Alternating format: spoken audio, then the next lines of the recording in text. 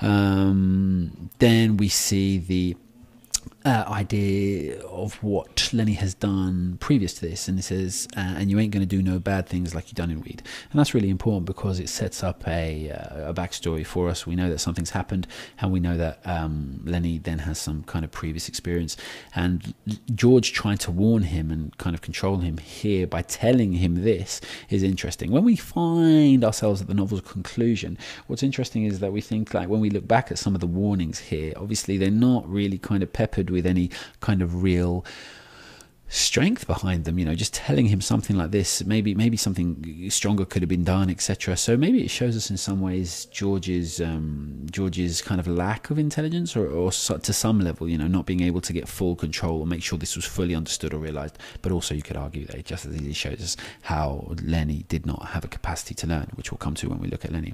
He calls Lenny a lot of trouble, so we understand the situation that he's in, obviously how troubled he is and how frustrated he is with Lenny. He also says to him, I could live so easy, maybe have a girl.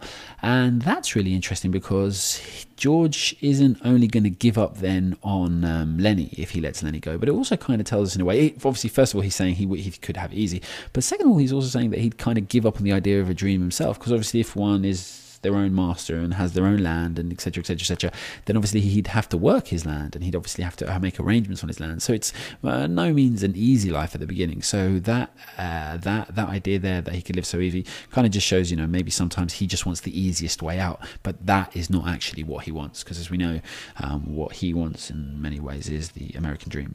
So again, the dismissiveness towards Lenny, he says there's no reason at all for you to like being out here in the clearing. I like it here. So it shows that they always do what he wants to do, and he's the one in control.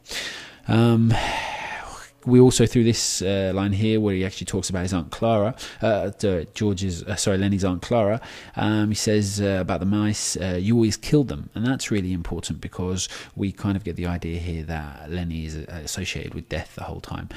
You know, we've already seen he's got a dead creature with him. We've seen he's done it before. And obviously these things are obviously undoubtedly going to happen again.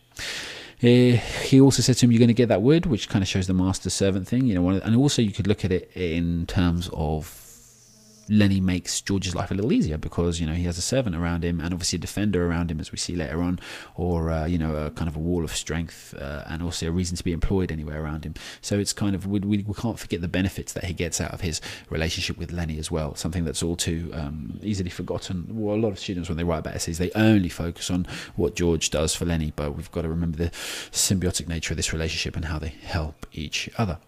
He says to him then, I could stay in a cat house all night, I could eat any place I want, get a gallon of whiskey, or sit in a pool and play cards, shoot pool, So we've got all these kind of things that he talks about, which are just really base desires, you know. So when he's talking about it, we've got to ask ourselves, do we believe that is what he wants when he says it to Lenny, or is it just his frustration? And obviously you can come to any conclusion you want, but the fact that he says it here is just kind of a list of banal ranch worker things to do, and it kind of tells us, you know, that some level, and of the fact that he's mentioned this twice now, because obviously we've got that quotation earlier on, maybe George doesn't have the kind of the capacity and the drive and the mentality to really go for the dream. Maybe this kind of shows that, you know, deep down his kind of core structures and belief are as base as anyone else.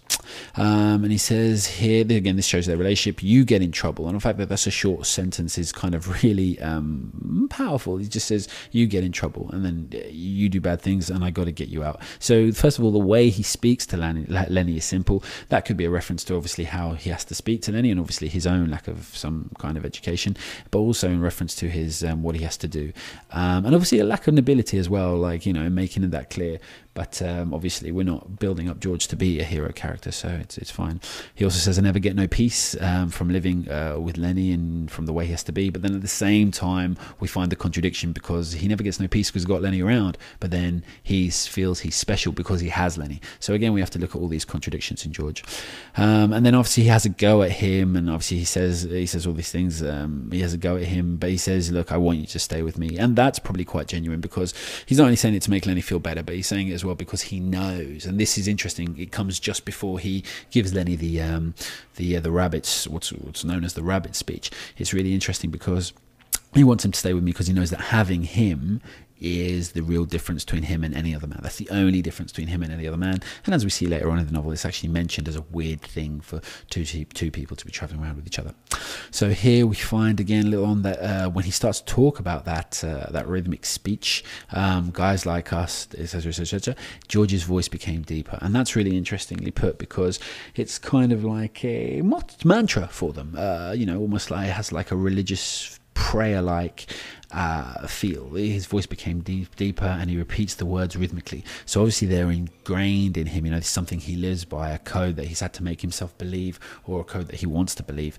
And obviously he says, and again, it's like he said it many times before, and from place to place, all his life. And you just got to kind of think of George as kind of person as well in this aspect, like everyone, everyone probably went around thinking something along the lines, had their own mantra, something that they had to believe in to keep going, because we've been offered already the other alternative, this base life. Guys like us that work on ranches are the loneliest guys in the world, but we ain't like that. We got a future, we got somebody to talk to, and someone that gives a damn about us. And that part there, the last one, those two linked sentences, they're very, very important, because it shows how ultimately he wants to feel, even if it's not how he feels all the time, it's how he wants to feel. I'm sure he wishes for a better companion than Lenny, but at least he's got a companion. And even if it is this strange master dog like pet like relationship, then he knows he's got something. It's better than nothing. And of course, the most important thing that he says here in this section, is that it warns Lenny, if something happens and you get in trouble, but if we know it's going to happen, because even though he says if here, straight after he says like you always done. So again, Steinbeck is just offering us the idea that this is undeniable. It's definitely going to happen. He's definitely going to get in trouble. And so George is smart enough to have a contingency plan ready for him there. I want you to come right here and hide in the brush. And obviously when we come back later on, that is one of the things that Lenny can remember. So that's a brief introduction to George in section 1, and we'll go through and do some more in a minute.